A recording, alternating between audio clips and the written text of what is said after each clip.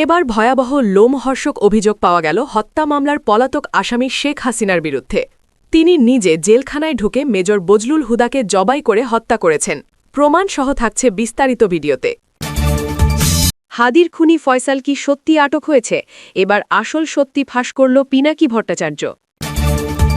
এতক্ষণ শুনছিলেন সংবাদ শিরোনাম, এখন থাকছে বিস্তারিত। ২৮ জানুয়ারি ২০১০ ঢাকা কেন্দ্রীয় কারাগার। রাত ৯:৩০ থেকে ১১টা পর্যন্ত ঢাকা কেন্দ্রীয় কারাগারের আশপাশ ও কারাগারের অভ্যন্তরের সব বিদ্যুৎ একযোগে বন্ধ হয়ে যায়। বন্ধ হয়ে যায় বললে ভুল হবে, বন্ধ করে দেওয়া হয়।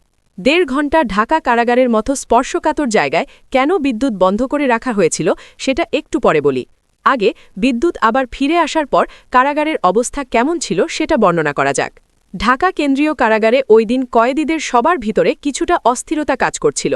কারণ তারা জানত জেলখানায় সেদিন ৫ জনের ফাঁসি কার্যকর হতে যাচ্ছে, আর যে ৫ জনের ফাঁসি কার্যকর হতে যাচ্ছে তারা সকলেই ছিল অত্যন্ত বিনয়ী ও কারাগারের সকলের প্রিয় মানুষ। রাত ১২টা ১ মিনিটে colonel Farooq, major AKM Mohiuddin Ahmed artillery, Mohiuddin, Sultan Shahriar Rashid খানকে ফাঁসিতে ঝুলিয়ে হত্যা করা হয়। ৪ জনকে ফাঁসি দেওয়া হলেও লাশের সংখ্যা ছিল মোট ৫টি। ফাঁসি কার্যকরের পরের দিন যথারীতি ৫টি লাশ পাঠানো হয় যার যার গ্রামের বাড়িতে, কিন্তু একটি লাশের ক্ষেত্রে বিশেষ নিরাপত্তা ব্যবস্থা রাখা হয়েছিল, আর সেটাই হল চুয়াডাঙ্গার সূর্য সন্তান মেজর বজলুল হুদার। মূলত মেজর বজলুল হুদার মরদেহ যেন কেউ দেখতে না পারে সেটা নিশ্চিত করা।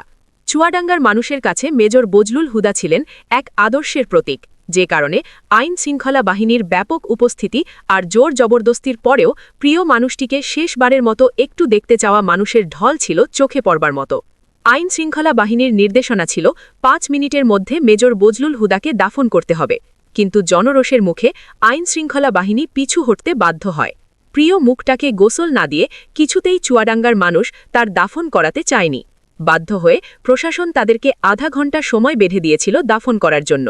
এই সময়ের মধ্যে অসংখ্য মানুষ মেজর বজলুল হুদাকে শেষবারের মতো একটু দেখতে ছুটে যান তার গ্রামের বাড়ি হাটবোয়ালিয়াতে। এতটুকু পর্যন্ত ঠিকই ছিল, কিন্তু মেজর বজলুল হুদাকে গোসল করাতে যেতে চুয়াডাঙ্গার মানুষ সাক্ষী হয়েছিল নৃশংসতম এক ঘটনার। কাফনের কাপড় সরাতেই দেখা যায় মেজর বজলুল হুদাকে আসলে ফাঁসি দেওয়া হয়নি, তাকে জবাই করে হত্যা করা হয়েছে। বাংলার বীর সন্তান মেজর বজলুল হুদাকে কে করা, কিভাবে জবাই করেছিল সেটা জানতে হলে আবারও ১৮ তারিখ রাত ৯:৩০ থেকে ১১টা পর্যন্ত ১.৫ ঘণ্টার সেই সময়টাতে ফিরে যেতে হবে, যে সময়টুকুতে ঢাকা কেন্দ্রীয় কারাগার ও তার আশপাশের বিদ্যুৎ বন্ধ করে রাখা হয়েছিল। ওই রাতে ঢাকা কেন্দ্রীয় কারাগারে কয়েক ঘণ্টায় যা হয়েছিল তা হলিউডের হরর থ্রিলার মুভিকেও হার মানাবে। অনুসন্ধানে জানা যায় ২০১০ সালের ২৮শে জানুয়ারি রাত ৯টার পরপরই জেল গেটের ভিতরে মোট ২টি কালো গ্লাসের গাড়ি প্রবেশ করে। ওই গাড়ির একটিতে SSF-এর সদস্যদের সাথে শেখ হাসিনা এবং অপরটিতে জাহাঙ্গীর কবির নানক, ইসমাইল হোসেন সম্রাট, তৎকালীন ঢাকা বিশ্ববিদ্যালয় ছাত্রলীগের দুর্ধর্ষ কেডার সিদ্দিক নাজমুল আলম ছিলেন। ধারণা করা হচ্ছে ওই রাতের অপারেশনের পুরস্কার হিসেবে পরের বছর ২০১১ সালে ছাত্রলীগের কেন্দ্রীয় সাধারণ সম্পাদকের পদে বসানো হয় নাজমুলকে। এছাড়া সম্রাট ও নানকদের কেউও দেওয়া হয় গুরুত্বপূর্ণ দায়িত্ব। এর বাইরে ওই গাড়িতে ভয়ঙ্কর কুৎসিত দেখতে বড় গোপালা একজন মানুষ ছিল, যার নাম পরিচয় আমাদেরকে নিশ্চিত করে বলতে পারেনি। গোয়েন্দা সংস্থার সাবেক এক কর্মকর্তা জানান, ওই রাতে মোট ২টি ফাঁসির মঞ্চ তৈরি করা হয়েছিল। এই ২টি ফাঁসির মঞ্চে দুইজন করে মোট ৪ জনকে ফাঁসি দেওয়া হয়। দূর থেকে কোন ৪ জনকে ফাঁসি দেওয়া হয়েছিল সেটা বোঝা না গেলেও ৫ম জনকে ফাঁসি দেওয়া তো দূরের কথা, মঞ্চেই তোলা হয়নি। কিন্তু লাশ বের করার সময় জেলখানা থেকে মোট 5টি লাশবাহী গাড়ি বের হয়েছিল। ওই রাতে শেখ হাসিনার সাথে জেলখানার ভিতরে প্রবেশ করা খুনিরা সোজা চলে যায় প্রশাসনিক ভবনে, আর শেখ হাসিনা পুলিশ, RAB এবং স্বরাষ্ট্র মন্ত্রণালয়ের কর্মকর্তাদের সাথে দাঁড়িয়ে থেকে ৪ জনের ফাঁসি নিজে প্রত্যক্ষ করেন। ধারণা করা হয় আসলেই তাদেরকে ফাঁসি দেওয়া হচ্ছে কিনা সেটা নিশ্চিত করতেই শেখ হাসিনা সেখানে উপস্থিত ছিলেন। ফাঁসি কার্যকর হওয়ার পরপর শেখ হাসিনাও চলে যায় প্রশাসনিক ভবনের ভিতরে। সেখান থেকে রাত ১টার কিছু আগে শেখ হাসিনা ও তার সাথে থাকা খুনিরা সেই একই পাজেরো গাড়িতে করে জেলখানা থেকে বের হন। কারাগারের অন্য আরেকটি সূত্র বজলুল হুদার পরিবারকে জানিয়েছিলেন, সেই রাতে বজলুল হুদাকে কারাগারের প্রশাসনিক ভবনের একটি কক্ষে জবাই করা হয়েছিল, যেখানে শেখ হাসিনা নিজে উপস্থিত ছিলেন এবং বজলুল হুদাকে জবাইয়ের আগে তার বুকের উপর পা চাপা দিয়ে রেখেছিলেন শেখ হাসিনা নিজে। সেই রাতে শেখ হাসিনা সহ তার সাথে থাকা সব খুনির গায়ে রক্ত লেগেছিল, কিন্তু সম্রাটের গায়ে সাদা টি শার্ট থাকায় সেটা অনেকের চোখে পড়েছিল। বর্ণনা শুনে অনেকের কাছে হয়তো অসম্ভব অবিশ্বাস্য এক গল্পের মতো মনে হচ্ছে। তবে আপনি যদি শেখ হাসিনার ব্যক্তিগত সহকারী মতিউর রহমান রেন্টুর আমার ফাঁসি চাই বইটি পড়ে থাকেন, তাহলে আপনার কাছে শেখ হাসিনার চরিত্রের সাথে আজকের ঘটনাটি সম্পূর্ণ মিলে যাবে। এক কথায়, শেখ হাসিনা একজন নরপিশাচ, রক্তপিপাসু, মানসিক বিকারগ্রস্ত একজন উন্মাদ, যে কারণে একজন মানুষ যার আর কয়েক ঘণ্টা পরে ফাঁসি কার্যকর হবে তাকেই নৃশংসভাবে জবাই করে হত্যা করার কথা চিন্তা করতে পারে। একটু চোখ বন্ধ করে ভেবে দেখুন কত নৃশংস নরপিশাচের হাত থেকে আল্লাহ আমাদের বাঁচিয়ে দিয়েছেন। বাংলাদেশের মানুষ ২০২৪ সালে শিক্ষার্থীদের হাত ধরে যেভাবে দুর্বিষহ এক দুঃশাসনের কবল থেকে বেঁচে উঠেছে, ঠিক একইভাবে ১৯৭৫ সালে মেজর ডালিম, কর্নেল রশিদ, কর্নেল ফারুক আর মেজর বজলুল হুদারা এক অত্যাচারী মাদকাসক্ত বাকশালীর হাত থেকে ৭ কোটি বাঙালিকে স্বাধীনতা এনে দিয়েছিল।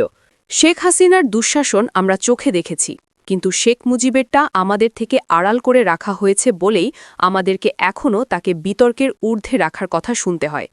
কিন্তু বাস্তবে শেখ মুজিব তার পরিবার আর দলের লোকজন ছাড়া অন্য সবাইকে তার কৃতদাসে পরিণত করেছিল।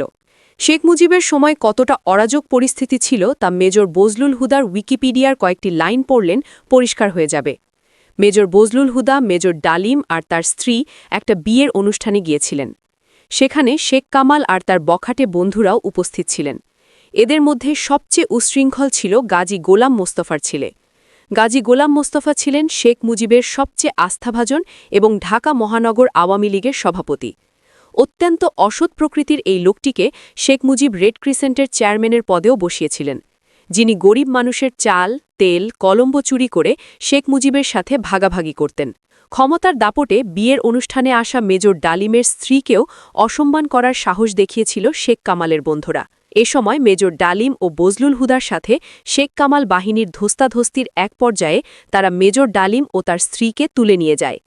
তাদের খোঁজে একদল সেনাবাহিনী গোলাম মোস্তফার বাসায় অভিযান চালালে শেখ মুজিব তার পুত্র শেখ কামালের বখাটে বাহিনীর কোনো বিচার না করে উল্টো মেজর ডালিম ও বজলুল হুদার সেনাবাহিনী থেকে কমিশন বাতিল করেন। এভাবেই পুরো দেশটাকে শেখ হাসিনার মতোই পারিবারিক সম্পত্তিতে পরিণত করেছিলেন শেখ মুজিবুর রহমান। ২০২৪ সালের মতো ১৯৭৫-এর ১৫ই আগস্টে বাংলাদেশ সেনাবাহিনীর পাশাপাশি ছাত্র, শিক্ষক, পুলিশ সহ সর্বস্তরের মানুষ আনন্দ উল্লাস করেছিলেন। শেখ হাসিনাকে যেভাবে কুকুরের মতো পালিয়ে যেতে হয়েছে, কেউ তার রক্ষায় এগিয়ে আসেনি, ঠিক একইভাবে শেখ মুজিবের লাশ ধানমন্ডির ৩২ নম্বরে পড়েছিল। কেউ শেখ মুজিবকে একটু দেখতেও আসেনি।